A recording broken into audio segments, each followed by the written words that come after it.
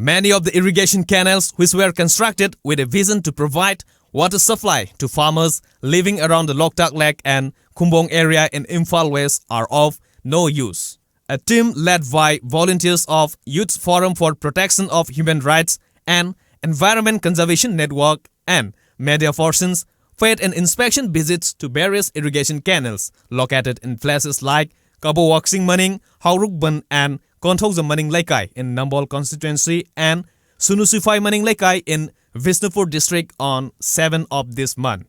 Lokinen hana seme lokinen dagi mo haikinen sida mo ising si pukhalaga somda low hingon koiba mayam am lebanina sikana ba pigani hana moina akoi gi patadar mayam dagi low mayam am isa gi pata si yauri patadar mayam dagi low mayam khairga hujik madu hujik to khai gra matung da hujik lemori bisidi kari oitar ge habeda akoi de su kana ba phangdraba adagi mo ising su phangdraba adagi lawmi mayam na hingon ko idin honam basu kinin sinamu maning thangmo igra mamang thangmasi madi lambi oina der ga sin pulap that khibani na koi ising machine khudong jab ama bau phangdre. It is learned that the project was taken off under the supervision and approval of the Planning Commission in the year 1972, with an assurance to the then state government to complete it within the 5-year plan. In spite of a completion report issued later, the irrigation project is yet to be completed. According to a website report from India WRIS Wiki Water Resources Information System, it came to light that the project was completed at the cost of 28.79 crore rupees, while the approved cost of the project is only 4.62 crore rupees. Moreover, more than 80,000 acres of land were seriously affected due to this project. Ising laitanadi akhoi gi rabi gi portrai mana masing atagi second crop first crop ate na sing masi ising jipi dramnina iban lamdam asida akhoi gi pukhri gi ising drain gi ising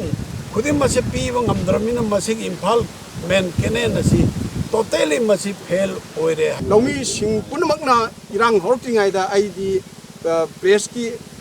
puthang da ina banjaning se masi irang si laktingai matam da masi padana department na amadi kanogi sarkar gi side gi masi amutang function hanagi normal da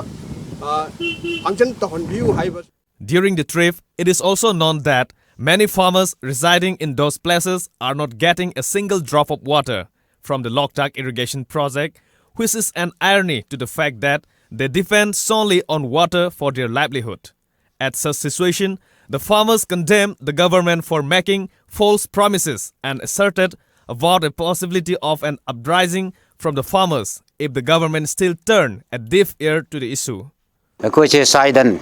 Kunneba Irrigation Department Gangbuna Kuga Canal Tauriga Hujik Pose success Widreba. Tahi Kunstra Surega su ising lak devane Nakasukana devane. Jasing lak pasina higher authority Kangbuda Pau Biro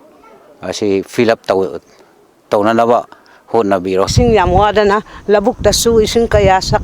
Late Amatasu Nung Tarakanda Tapna Linyaga Akoi Kunsidi Yamwaban ising Yam Pamani Kenel Su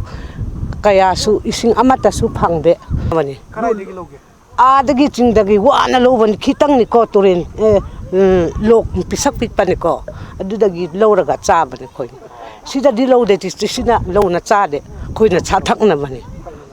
To be mentioned, the Khuga Major Irrigation Project at Khuga Dam in Churachandpur district was taken off in the year 1980 with an estimated cost of 15 crore rupees, but it was completed with a total expenditure of 434.65 crore rupees on October 3 of 2011. Sadly, the residents of Churachandpur district are facing serious water shortage crisis till date, and for which the villagers are lamenting on the issue to Tom TV.